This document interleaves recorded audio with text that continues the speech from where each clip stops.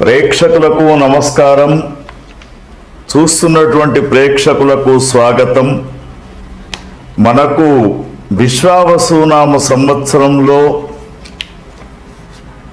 రాహువు కేతువు రెండు గ్రహాలు కూడా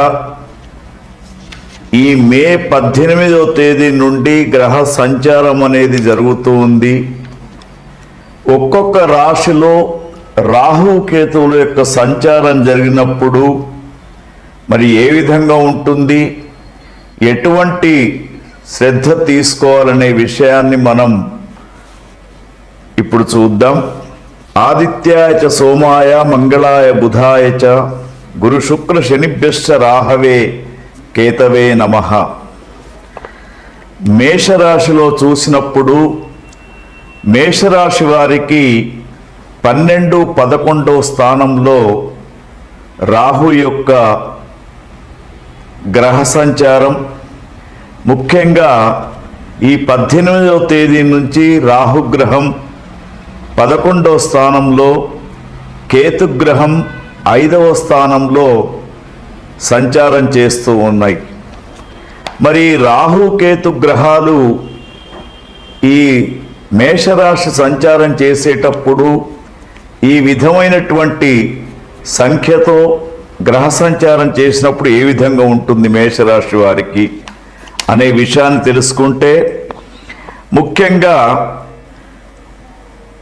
రాహు 11 సంఖ్య అనేది చాలా ఉత్తమమైనటువంటి సంఖ్య. అనేకమైనటువంటి శుభ ఫలితాలను మేషరాశి వారికి ఇస్తారు. ముఖ్యంగా మంచి భోజనాలు, తర్వాత విందులు వినోదాలకు వెళ్ళి చాలా సంతోషంగా ఉంటారు వీళ్ళు. అదేవిధంగా సంపద అనేక మార్గాలలో వీళ్లకు సమకూరబడుతూ ఉంది. ముఖ్యంగా భార్య అనారోగ్యాల సమస్యల నుంచి బయటపడుతూ ఉంటారు మేషరాశి వారు. ఆకర్షణ పెరుగుతూ ఉంటుంది సమాజంలో వీరిపైన. పిల్లల యొక్క ఆరోగ్యాలు మెరుగుపడుతూ ఉంటాయి. తర్వాత వివిధ రకాలైనటువంటి కొత్త ఆభరణాలు మహిళలు కొనే అవకాశం మనకు కనబడుతూ ఉంది. తర్వాత సమాజంలో గౌరవం అనేది చాలా పెరుగుతూ ఉంటుంది. ఆధ్యాత్మిక భావనలు అనేవి కూడా ఈ రాహు యొక్క 11వ రాశి సంచారంతో 11వ సంచారంతో గౌరవం పెరుగుతూ ఉంది. తర్వాత ఇతరుల ద్వారా వ్యాపారంలో కావచ్చు, అనేక విషయాలలో కావచ్చు, వ్యాపారస్తులు లాభాలు పొందే అవకాశం కూడా మనకు కనబడుతూ ఉంది. ముఖ్యంగా విదేశీ వ్యాపారం, తర్వాత సముద్ర ప్రయాణం ద్వారా అనేకమైనటువంటి ఆదాయాలు సమకూర్చబడుతూ ఉంటాయి. వ్యాపార విస్తరణ విశేషంగా జరుగుతూ ఉంటుంది వ్యాపారస్తులకు. 11వ స్థానంలో ఉన్నటువంటి రాహు కారణంగా అనేకమైనటువంటి శుభ ఫలితాలు కలుగుతూ ఉంటాయి. ముఖ్యంగా విద్యార్థులకు కొన్ని విషయాలలో విజయాలు సంపాదించే అవకాశం, యువతీ యువకులకు ఉద్యోగ అవకాశాలు కూడా లభించే అవకాశం మనకు దీంట్లో కనబడుతూ ఉంది. మరి తదుపరి కేతువును చూసినప్పుడు మేషరాశిలో కేతువు యొక్క సంచారం ఇక్కడ 5వ స్థానంలో 18వ తేదీ నుండి మే 18 నుండి 5వ స్థానంలో కేతువు యొక్క సంచారం జరుగుతుంది. కేతువు యొక్క 5వ స్థానం అనేది అనేకమైనటువంటి విషమ పరిస్థితులను కల్పించే స్థానంగా ఉంటూ ఉంటుంది. ముఖ్యంగా గర్భ సంబంధమైనటువంటి మహిళలకు, యువతులకు గర్భ సంబంధమైనటువంటి ఆరోగ్య సమస్యలు వచ్చే అవకాశం కనబడుతూ ఉంది. మరి కేతు జ్ఞానానికి చిహ్నం అని చెప్తూ ఉంటారు కదా. మరి అటువంటి జ్ఞానం అనేది, తెలివితేటలు అనేటివి కొంతవరకు ఉపయోగపడ్డా కూడా సమయానికి ఉపయోగపడకుండా ఉంటూ ఉంటాయి. ధార్మిక జ్ఞానాన్ని పెంచుకోవాలి. తర్వాత అనేక రకమైనటువంటి మానసిక ఆందోళనకు గురయ్యే అవకాశం ఉంది. మేషరాశిలో ఉన్నటువంటి వారు పిల్లలపైన, వారి యొక్క ఆరోగ్యాలపైన ఈ 5వ కేతు రాశి సంచారం అనేది ప్రభావం చూపిస్తూ ఉంటుంది. ముఖ్యంగా మరి తల్లిదండ్రులకు ఈ యొక్క విషయాలు ఆందోళనకరంగా ఉంటూ ఉంటాయి. కాబట్టి మరి ఇట్టి పరిస్థితుల నుండి ఆ యొక్క పిల్లలను కాపాడుకోవడానికి కేతుగ్రహానికి సంబంధించినటువంటి జ్ఞాన స్తోత్రాలు, ధ్యాన స్తోత్రాలను చదువుకోవడం, కేతుగ్రహానికి సంబంధించినటువంటి ధాన్యాన్ని దానం చేయడం మేషరాశి వారికి చెప్పుకోదగ్గ విషయంగా మనం గమనించవచ్చు. మనకున్నటువంటి 12 రాశుల వారికి రాహుకు, కేతుకు సంబంధించినటువంటి దోష నివారణకు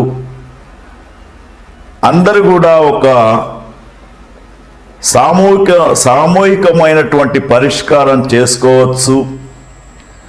ఎందుకంటే ఈ శ్లోకాన్ని ప్రతిరోజు కూడా చదువుకోవాలి.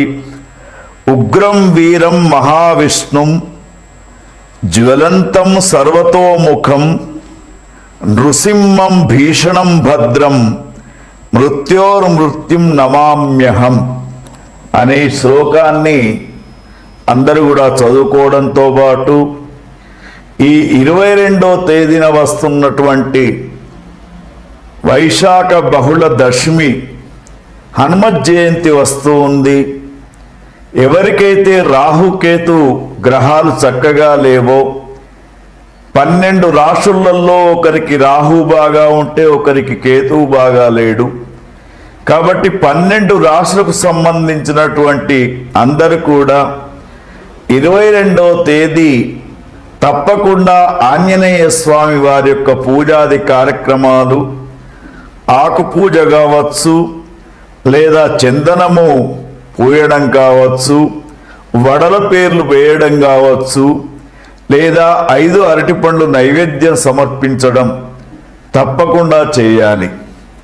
తర్వాత ప్రస్తుతం ఉన్నటువంటి మన దేశ పరిస్థితుల దృష్ట్యా కూడా రాహు కేతువులతోటే కాలసర్ప దోషం ఏర్పడి మనకు భయంకరమైనటువంటి పరిస్థితులు వస్తూ ఉన్నాయి. కాబట్టి ఇంకొక సులభమైనటువంటి మార్గం ఏమిటంటే, మనకు ఈ 14వ తేదీ రాత్రి 10:32 వృషభ రాశి నుండి గురుగ్రహం మిథున రాశిలోకి ప్రవేశిస్తున్నటువంటి సమయంలో సరస్వతి నదికి పుష్కరాలు వస్తూ ఉన్నాయి.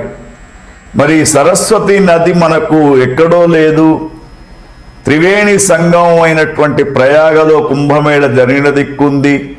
మరి మనకు కాళేశ్వర క్షేత్రములో సరస్వతి నది అంతర్వాహినిగా ప్రవహిస్తున్నది. కాబట్టి 15వ తేదీ ప్రారంభమైనటువంటి యొక్క పుష్కరాలు 26వ తేదీ దాకా ఉంటూ ఉంటాయి.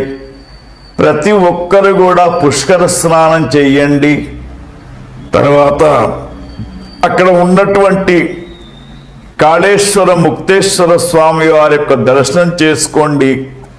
తల్లిదండ్రులు లేనటువంటి వారు పితృతర్పణాలు, శ్రాద్ధాది కార్యక్రమాలు కూడా చేసుకుంటే ఈ రాహుకేతువుల యొక్క పరిష్కారం అనేది జరుగుతూ ఉంటుంది. రాహుకేతువులు ముఖ్యంగా రాహుకేతువులు ఏమిటంటే ఛాయాగ్రహాలుగా చెప్పినా కూడా గ్రహణం ఏ విధంగా అయితే పీడిస్తూ ఉంటుందో వీళ్ళు ఆ విధంగా పీడిస్తూ ఉంటారు. కాబట్టి మరి తప్పకుండా ఇప్పుడు నేను చెప్పినటువంటి 2 పరిష్కారాలు మరి ఏదైతే ఉందో సరస్వతి పుష్కర స్నానం లేదా ఆంజనేయ స్వామి వారి యొక్క ఆరాధన తప్పకుండా మీరు చేసుకుంటే రాహుకేతులు చాలా అనుకూలంగా ఉంటారు. ఈ విశ్వావసు నామ సంవత్సరం మీరందరూ కూడా క్షేమంగా ఉండాలని కోరుకుంటూ ఓం తత్సత్.